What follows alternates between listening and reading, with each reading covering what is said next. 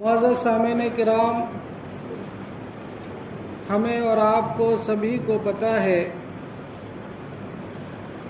کہ ماہ صیام یعنی رمضان المبارک کا مہینہ بڑا ہی رحمت والا اور برکت والا مہینہ ہے۔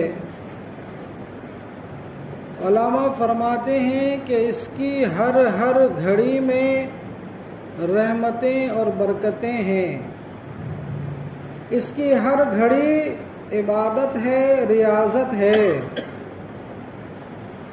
دیکھیں آپ تو صحیح کہ دن بھر انسان بھوکا پیاسا رہ کر اپنے رب کی رضا کی خاطر روزے سے ہوتا ہے، یہ عبادت ہے۔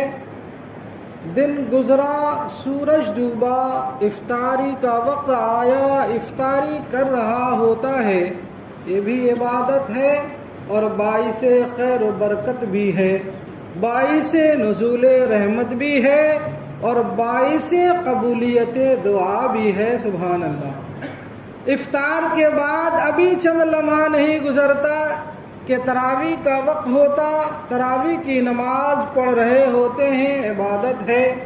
تراویح کی نماز سے فارغ ہوئے فرماتے ہیں کہ جس نے تراویح کی نماز پڑھ لی گویا اس دن، اس کی رات، پوری رات اس نے نفل عبادت کی۔ سبحان اللہ۔ صرف تراویح کی 20 رکعت پڑھا، ثواب پوری رات کھڑے ہو کر نوافل پڑھنے کا ثواب اللہ کی طرف سے دیا جاتا ہے، یہ عبادت ہے۔ پھر بندہ رات کو، میں نے عرض کیا تھا، نیتیں درست کر لیں۔ صبح سحری کھانے کی نیت اور ارادہ کر کے آپ بستر پر سو جائیں۔ فرماتے ہیں جو سحری کھانے کا ارادہ کر کے سو جاتا ہے اس کا سونا بھی عبادت ہے۔ سبحان اللہ۔ پھر صبح کو اٹھا، ابھی آپ سحری کے وقت میں تھوڑا جلدی اٹھیں اور جلدی اٹھ کر وضو بنائیں، نہائیں، فریش ہو جائیں، اور جب آپ پاکیزگی حاصل کر لیں تو کم سے کم 2 رکعت نفل نماز ادا کریں جسے تہجد کی نماز کہی جاتی ہے، اور پکا ارادہ کر لیں کہ اسی ماہ مبارک میں ہم نے سحری سے پہلے تہجد کی پابندی کر کے اپنے آپ کو اگلے 11 مہینوں کے لیے بھی تہجد کے لیے تیار کر لینا ہے۔ سبحان اللہ، یہ بھی عبادت ہے۔ اور پھر اس کے بعد سحری کھاتے ہیں، سحری کھانا بھی عبادت ہے، سحری بھی باعث برکت اور خیر ہے، سحری بھی باعث قبولیت دعا ہے۔ تو اس کی ہر گھڑی عبادت ہے، ہر لمحہ عبادت ہے۔ اب آئیے ذرا میں عرض کروں میرے دوستو، ماہ رمضان کی قدر و منزلت اور اس کی تعظیم و توقیر کرنے کا حکم آیا ہے، اور اس کے احترام کی بڑی تاکید آئی ہے۔ جو شخص اس کا احترام کرے، اس کی تعظیم و توقیر کرے، دن میں روزے رکھے، رات کو تراویح ادا کرے اور اپنا دن اور اپنی راتوں کو گناہوں سے بچا لے جائے تو وہ بندہ اللہ رب العزت کا محبوب بندہ ہے، مقبول بندہ ہے۔ اب اس نے غضب رحمان سے اپنے آپ کو بچا لیا، عذاب الہی سے اپنے آپ کو بچانے کا سامان کر لیا، قبر کی کشادگی کا سامان تیار کر لیا، عذاب نار سے بچنے کے لیے اپنے لیے سامان تیار کر لیا۔ لیکن ان قدر والے ایام اور ان قدر والے مہینوں کی جو لوگ ناقدری کرتے ہیں، ان مہینوں کی ناقدری کرنا باعث عذاب نار اور باعث غضب رحمان ہے، کہ اللہ کے غضب کو دعوت دینا ہے، رب کے عذاب کو دعوت دعوت دینا ہے، اپنی بربادی و تباہی کو دعوت دینا ہے۔ اللہ اکبر مسلمانوں، آئیے میں آپ کے سامنے کچھ چیزیں عرض کروں تو آپ کو سمجھ آئے۔ حضرت یہ حدیث پاک جو میں آپ کو سنانے جا رہا ہوں، حضرت ابو امامہ باہلی رضی اللہ تعالی عنہ اس حدیث کے راوی ہیں۔ اس کو صحیح ابن خزیمہ، صحیح ابن حبان اور المستدرک للحاکم تینوں محدثین نے جمع فرمایا ہے۔ فرماتے ہیں حضرت ابو امامہ باہلی رضی اللہ تعالی عنہ، غور سے سنیے، حدیث یاد کر لیجئے اور آگے تک پیغام پہنچائیے۔ حضور فرماتے ہیں ایک رات میں سو رہا تھا، نیند سے سو رہا تھا کہ چند مشتنڈے لوگ آئے اور انہوں نے مجھے جگایا۔ جگانے کے بعد عرض کرنے لگے یا رسول اللہ آپ ہمارے ساتھ چلیں۔ میں اٹھا اور ان کے ساتھ چلتا بنا۔ جب ان کے ساتھ چلنے لگا تو چلتے چلتے ایک بھیانک قسم کی پہاڑی کے اوپر کے قریب گیا جو ایک بہت اونچا لگدگ صحرا اور پہاڑ تھا۔ مجھ سے کہنے لگے اس پر چڑھیے۔ میں نے کہا اتنا اونچا پہاڑ، اس میں چڑھنے میں دشواری اور مشکل ہوگی، اس دشوار گزار پہاڑی پر چڑھ نہیں سکتا۔ ان آنے والوں نے کہا ہم آپ کی اس میں مدد کرتے ہیں۔ الغرض انہوں نے دونوں طرف سے میرے بازوؤں کو تھاما اور ہم اس پہاڑی کے اوپر چڑھ گئے۔ اللہ اکبر، جب پہاڑی پر چڑھ گئے تو بھیانک چیخنے اور چلانے کی آوازیں آ رہی تھی۔ درد اور علم سے چیخنے اور چلانے کی آوازیں آ رہی تھی۔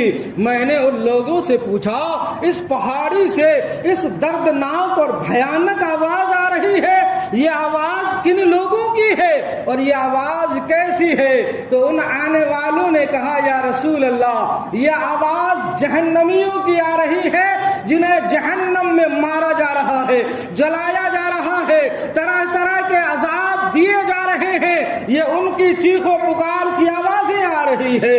اللہ اکبر، یہیں تک بس نہیں ہوا، میرے اور آپ کے آقا کریم رحمت والے نبی فرماتے ہیں اور کچھ آگے بڑھے تو میں نے دیکھا کہ کچھ لوگوں کو الٹا لٹکایا ہوا ہے، جس طریقے سے بکری کو ذبح کرنے کے بعد اس کی کھال اتارنے کے لیے ان کی پیچھے کی ٹانگوں کو باندھ کر الٹا لٹکا دیا جاتا ہے اور اس کی چمڑی ادھیڑی جاتی ہے، اسی طرح بندے الٹے لٹکائے ہوئے ہیں اپنی ساقوں سے باندھے ہوئے، یعنی ایڑی کے اوپر کے پاؤں کی جو ہے باریک والا حصہ اس سے بندھے ہوئے ہیں اور ان کے جبڑے، اسے آپ جانتے ہیں، ان کے جبڑے کو کینچی سے کاٹا جا رہا ہے اور پکڑنے والے جو ہے پکڑنے والے لوہے کے ہتھیاروں سے چیرا جا رہا ہے، اس کا چہرہ لہو لہان ہے، جسم زخمی ہے، خون بہ رہا ہے، وہ تڑپ رہا ہے۔ اللہ اکبر، اس کی تڑپ دیکھ کر جب میں نے ان سے پوچھا، کن سے پوچھا؟ ان آنے والے لے جانے والے ساتھیوں سے پوچھا یہ کون ہے جو ان کو اتنا دردناک اور بھیانک عذاب دیا جا رہا ہے؟ تو انہوں نے عرض کیا یا رسول اللہ یہ وہ لوگ ہیں جو ماہ رمضان میں افطار کا وقت ہونے سے پہلے ہی جو ہے افطاری کر لیا کرتے تھے۔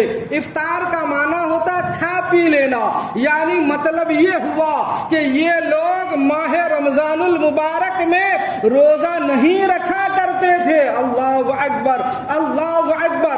اب محدثین اس پر قلم چلاتے ہیں تو ہمیں تفہیم دین دیتے ہوئے ارشاد فرماتے ہیں لوگوں ذرا غور کرو، ان لوگوں کو الٹا لٹکا کر کیوں سزا دی جا رہی ہے؟ تو اس کا مطلب یہ بیان فرماتے ہیں کہ ماہ رمضان، یہ رمضان المبارک کا دن، یہ روزہ اللہ کا ایک فریضہ ہے، اللہ کا مقرر کردہ ایک عبادت ہے، اللہ کی طرف سے نافذ کردہ دین کا ایک قانون ہے، اور وہ قانون یہ ہے کہ ماہ رمضان میں جو انسان معذور نہیں ہے، بیمار نہیں ہے، شیخ فانی نہیں ہے، عذر شرعی نہیں ہے، تو اس کے لیے قانون یہ ہے کہ نہ وہ دن میں کھا سکتا ہے، نہ دن میں پی سکتا ہے، نہ بیوی کے پاس جا سکتا ہے۔ بیوی کے پاس جانے سے مراد ہم بستری کرنا ہے، یعنی ہم بستری نہیں کر سکتا ہے، لیکن انہوں نے قانون الہی کو الٹ دیا، قانون الہی کی بغاوت کیا،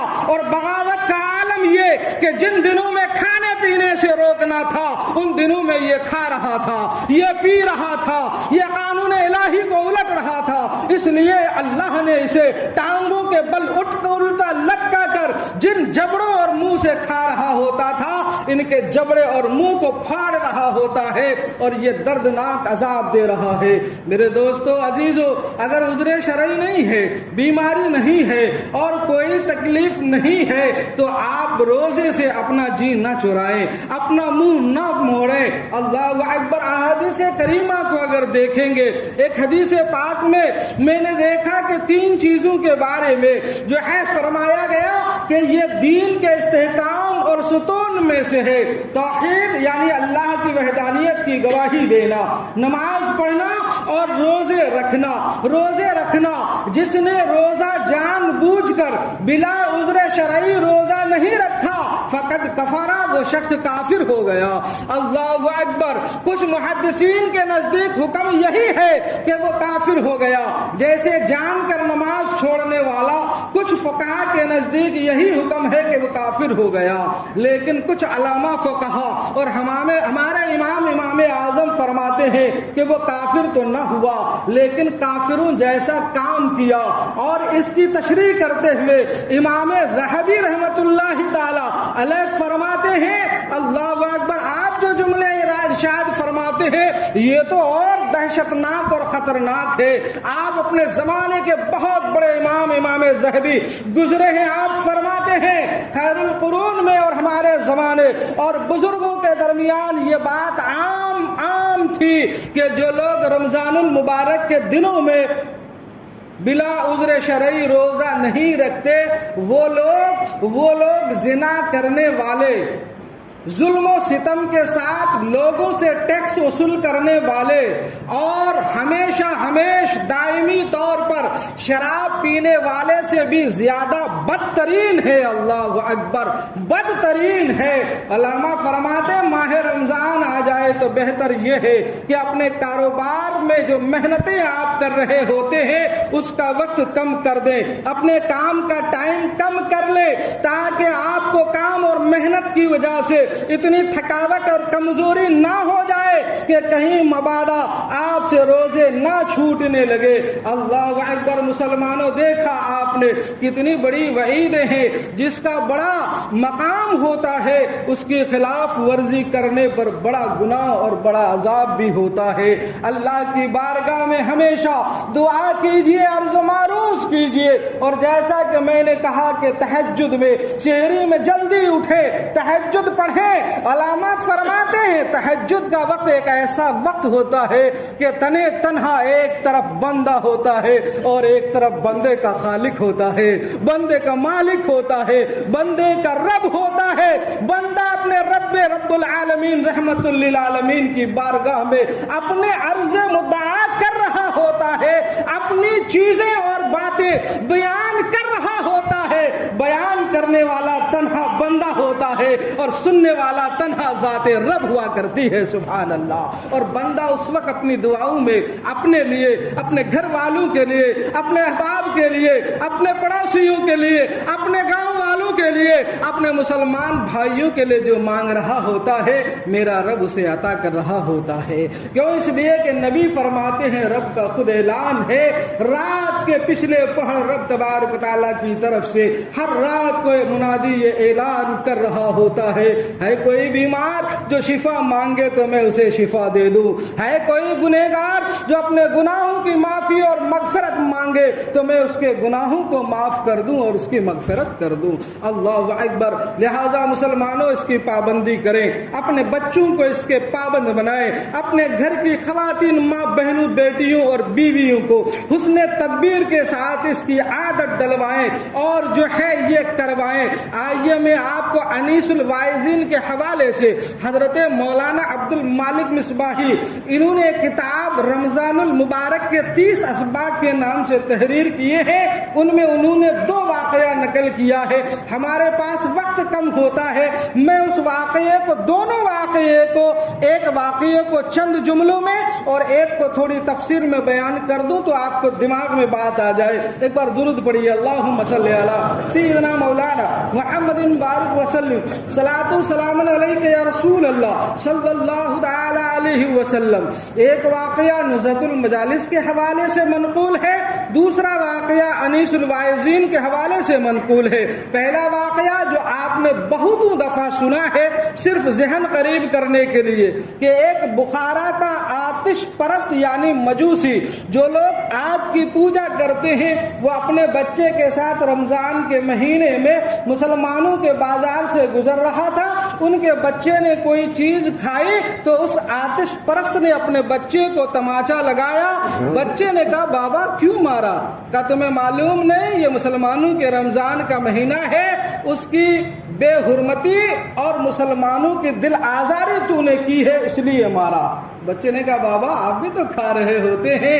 بابا نے کہا میں کھاتا ضرور ہوں لیکن چھپا کر کھاتا ہوں, ماہ مبارک ماہ رمضان کی تعظیم کرتا ہوں. لوگوں نے بیان کیا کہ جب اس کا انتقال ہو گیا تو اسے خواب میں دیکھا گیا کہ جنت میں ٹہل رہا ہے. دیکھنے والے نے کہا تو مجوسی تھا, پھر جنت میں کیسا؟ اس نے کہا تھا مجوسی, لیکن تعظیم ماہ مبارک کے سبب سے مرنے سے پہلے رب نے مجھے ایمان کی دولت سے سرفراز فرما دیا, ایمان کی دولت سے سرفراز فرما دیا.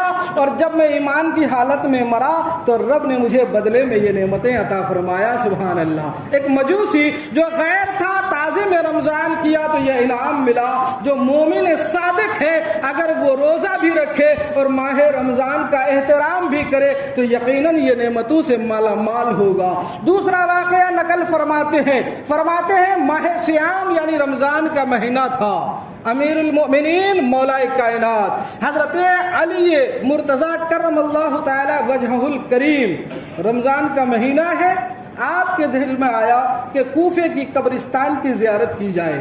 آپ کوفہ کی قبرستان قبروں کی زیارت کے لیے تشریف لے گئے تو آپ نے دیکھا کہ ایک قبر نئی ہے, اس کی مٹی وغیرہ سے محسوس ہوا کہ یہ بھی تازی نئی قبر ہے. جب آپ اس کے قریب گئے تو دل میں خیال ہوا کاش پروردگار عالم اس قبر والے کا حال مجھ پر منکشف فرما دیتا, کھول دیتا کہ رب اس کے ساتھ کیا کر رہا ہے تو بہت اچھا ہوتا. یہ خیال آیا, بارگاہ رب میں آنکھیں بند کر کے دل لگا کر دعائیں کی. رب نے مولا کائنات کی دعا قبول فرمائی. صاحب قبر کے حالات منکشف ہوئے. اللہ اکبر. منکشف ہوئے تو وہ آگ کے شعلے اٹھ رہی تھی ان کے قبر سے, اس میں وہ جل رہا تھا اور چیخیں پکارے کر رہا تھا. اور چیختے ہوئے اس نے آواز لگائی حضرت علی مرتضیٰ کو دیکھ کر. کیا آواز لگائی؟ یا علی انا غریق فی النار وانا حریق فی النار. اے علی مرتضیٰ میں آگ کے سمندر میں ڈوبا جا رہا ہوں اور میں آگ میں جل رہا ہوں, میرے لیے دعائے مغفرت فرما دیجئے, میرے لیے دعائے مغفرت کر دیجئے. حضرت علی مرتضیٰ فرماتے ہیں صاحب قبر کے حال سے دل بے قرار ہو گیا, آنکھیں برسنے لگی, جسم کے رونگٹے کھڑے ہو گئے. میں نے بارگاہ رب لم یزل میں دعا کے لیے ہاتھ اٹھائے, مولا تو غفور رحیم ہے, رحمان ہے, رحیم ہے. مولا اس بندے پر رحم فرما اور اسے عذاب نار سے نجات عطا فرما. غیب سے آواز آئی, ندا آئی, اے علی اس کے لیے نجات کی دعا نہ کرو, مغفرت کی دعا نہ کرو, اس لیے کہ ماہ رمضان میں یہ بندہ دن میں روزے تو رکھ لیتا تھا لیکن راتوں کو جاگ کر گناہوں میں مبتلا رہا کرتا تھا اور روزے کا احترام نہیں کیا کرتا تھا, اس لیے میں نے اسے اس عذاب میں مبتلا کیا ہے. اللہ اکبر. دوستو, بزرگوں, عزیزوں, میں آپ کا خادم, میں آپ سے عرض کرنا چاہتا ہوں, آپ اپنے سینے پہ ہاتھ رکھو, گھر جانا تنہائی میں جا کر سوچنا آج ہمیں گرمی کے موسم میں ان چند گھنٹوں کی رمضان کے دنوں کے روزوں میں ہم کتنا تڑپ رہے ہوتے ہیں, کتنا تڑپ رہے ہوتے ہیں. اور جب افطار کا وقت ہوتا ہے ہے اور پینے کے لیے شربت یا ٹھنڈا پانی ہوتا ہے، کھجور کے بعد ہماری روح کتنی بے قرار ہو جاتی ہے، ہم کتنے بے چین ہو جاتے ہیں، جی چاہتا ہے کاش ہم گلاس پر گلاس کیا، بوتل پر بوتل کیا، بس پانی ہی پانی انڈیلتے چلے جائیں۔ وہاں تو فرماتے انا غریب فی النار، میں آگ میں ڈوبا ہوا ہوں، وانا حریق فی النار، آگ میں جل رہا ہوں۔ آج دھوپ کی گرمی ہم سے سہی نہیں جاتی، قبر میں اگر آگ میں جلایا جائے تو کیوں کر سہا جائے گا۔ میرے دوستو عزیزو، یہ دنیا فانی ہے، چند دنوں میں ہی اس دنیا کے طوطے ہمارے ہاتھ سے اڑ جانے والے ہیں۔ ہماری زندگی کا طوطا کب ہماری ہاتھوں سے اڑ جائے ہمیں اندازہ بھی نہیں ہوتا۔ لہذا نہ دن میں بغیر عذر شرعی کے روزہ چھوڑنے کی بالکل کوشش نہ فرمائے، اپنے دن کو گناہوں سے بچائیں اور اپنی راتوں کو بھی گناہوں سے بچائیں۔ اگر عشاء کی تراویح کے بعد کوئی کام نہیں ہے عزیز و بزرگوں تو یوں ہی وقت ضائع نہ کریں، سو جائیں اور جب آپ سو جائیں گے تو فائدہ یہ ہوگا، آپ کے جسم کو سکون ہوگا، دل کو قرار ہوگا، آنکھوں کو چین ملے گا، سحری میں جلدی اٹھیں گے، فراغت پانے کے بعد حشاش ہوں گے، بشاش ہوں گے تو اپنے رب کی بارگاہ میں اپنی پیشانی کو تہجد کی نماز کے لیے مصلی پہ ٹیک رہے ہوں گے، دعائیں مانگ رہے ہوں گے اور جو ہے تازگی ہو رہی ہوگی اور دعائیں مانگ رہے ہوں گے۔ یہ کیجئے، اور تہجد کے لیے سونا بھی ضروری ہے، جب تک نیند نہ لگے تب تک تہجد نہیں، اس لیے سوئیں گے تو تہجد پڑھیں گے، جاگیں گے تو آپ کی تہجد جائے گی۔ اللہ کی بارگاہ میں دعا کریں کہ مولا ہمیں آپ کو ساری کائنات کے مسلمانوں کو جن پر روزہ رکھنا فرض ہے انہیں روزہ رکھنے کی توفیق عطا فرمائے، اس کے احترام کی توفیق عطا فرمائے۔ رب اس ماہ صیام کے صدقے میں مولا ہم سبوں کے گناہوں کو معاف فرما دے کہ تو رب غفور الرحیم ہے، ہمارے ماں باپ کے گناہوں کو معاف فرما، ہمارے گھر والوں کے گناہوں کی مغفرت فرما، ہماری بستی پر رحمتوں کا نزول فرما، پورے عالم اسلام میں مسلمانوں پر رحمتوں کی بارشیں برسا۔ مولا ہمیں ایمانی زندگی عطا فرما، گناہوں سے توبہ کی توفیق عطا فرما، مولا ہماری قبروں کو روشن فرما، ہمارے حشر میں ہمیں شفاعت کبریٰ نصیب فرما، مولا ہماری عبادتوں کو قبول فرما، گناہوں سے بچنے کی توفیق عطا فرما۔ سب پڑھیے ایک دفعہ استغفر اللہ ربی من کل ذنب واتوب الیہ، استغفر اللہ ربی من کل ذنب واتوب الیہ، استغفر اللہ ربی من کل ذنب واتوب الیہ۔ السلام علیکم۔